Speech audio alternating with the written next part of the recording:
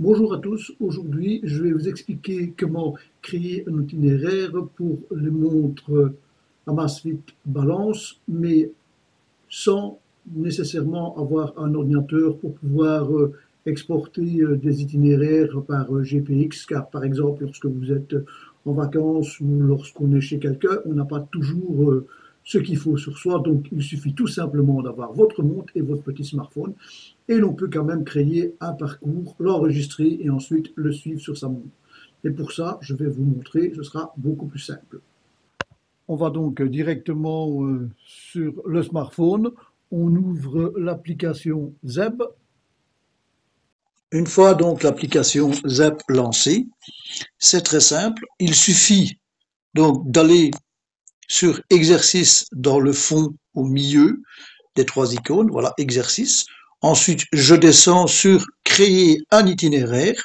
Je vais choisir le style itinéraire que je veux. Je vais prendre ici une course extérieure.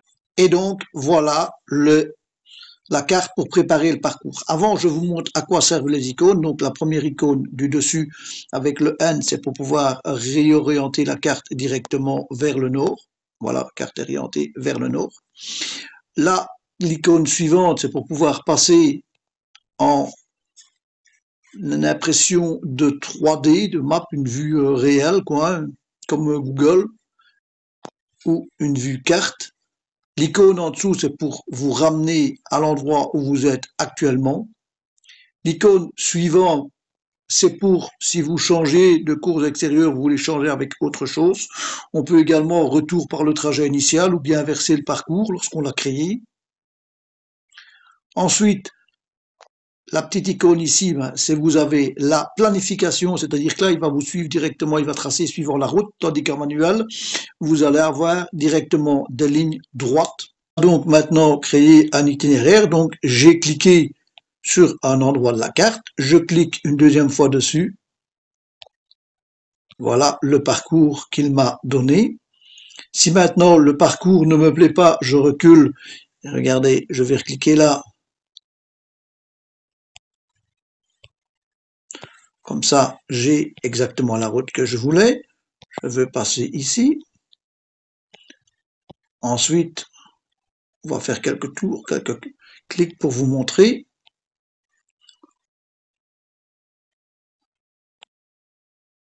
Voilà donc le parcours. Hein. Et voyez-vous, en dessous, on peut voir exactement les différents dénivelés et le parcours qui, avec la distance complète. Je peux revenir à tout moment en arrière. Hein. On veut bien entendu venir pour avoir une vue. Ensuite, une fois que c'est terminé, on clique sur enregistrer l'itinéraire. On lui donne un nom, donc je vais annoncer test course. Voilà, on l'enregistre.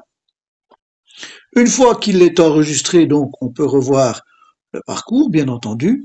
Et ensuite, il suffit de cliquer sur envoyer à l'appareil. Automatiquement, il sera dans votre montre balance. Et là, lorsque vous choisissez donc votre parcours, il suffit d'aller dans navigation et d'aller chercher le trajet. Comme ça, vous n'aurez plus qu'à suivre le parcours si vous êtes dans un endroit que vous ne connaissez pas pour vous ramener à l'endroit où vous avez démarré.